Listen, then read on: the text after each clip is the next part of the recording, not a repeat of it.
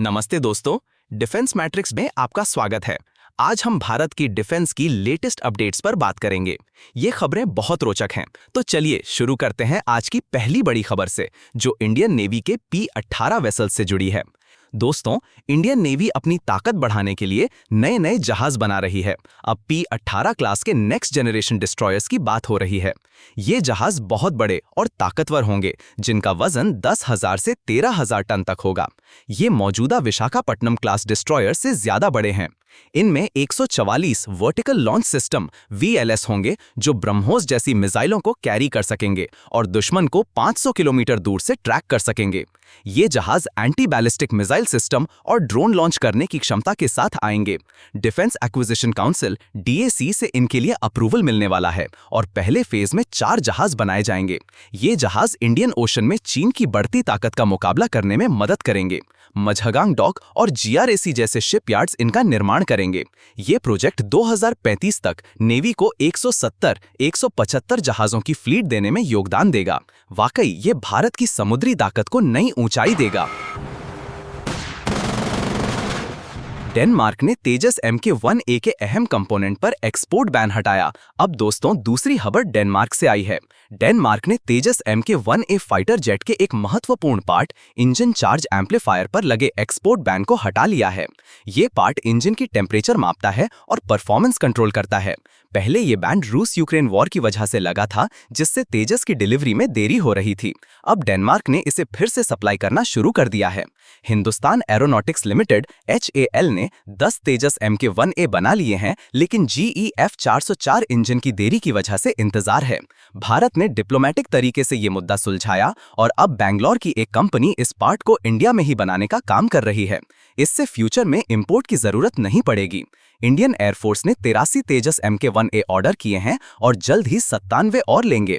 ये तेजस प्रोग्राम को बड़ा बूस्ट देगा।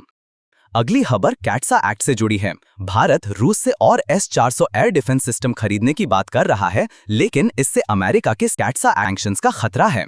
2018 में भारत ने $5.4 बिलियन में 5 S-400 खरीदे थे और अब और ज्यादा यूनिट्स पर चर्चा है।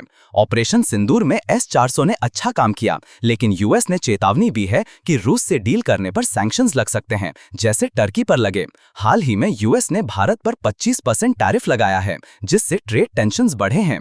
फिर भी भारत अपनी डिफेंस जरूरतों के लिए रूस से बात जारी रखेगा, खासकर चीन बॉर्डर पर मजबूती के लिए। ये सिस्टम 400 किलोमीटर तक दुश्मन एयरक्राफ्ट को रोक सकता है। दोस्तों, अब अनमैन्ड बॉम्बर की खबर। इंडियन एयरफोर्स और आर्मी एक supersonic unmanned combat aerial vehicle UCAV पर काम कर रहे हैं, जो 4 टन वेट के हथियार कैरी कर सकेगा। ये stealth bomber super cruise capability के साथ आएगा, यानी बिना आफ्टरबर्नर के मैक 1.2 स्पीड पर उड़ सकेगा। ये घातक प्रोग्राम का हिस्सा है, जो 13 टन का ड्रोन होगा और 1.5 टन इंटरनल वेपन्स लेगा। लॉन्ग टर्म में ये 2040 तक रेडी होगा और AMC इंजन से पावर मिलेगा।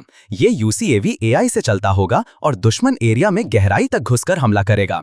चीन और रूस जैसे देशों की टेक्नोलॉजी से मुकाबला करने के लिए ये जरूरी है।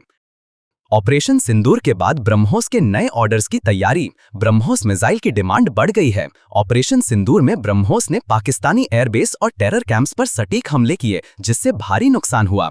अब नेवी और एयरफोर्स बड़े ऑर्डर्स देने वाली हैं। वीर क्लास शिप्स के लिए नेवल वर्जन, Su-30 MKI के लिए एयर लॉन्च्ड वर्जन। ये मिसाइल सुपरसोनिक स्पीड से चलती है और 290 किलोमीटर तक मार कर सकती है।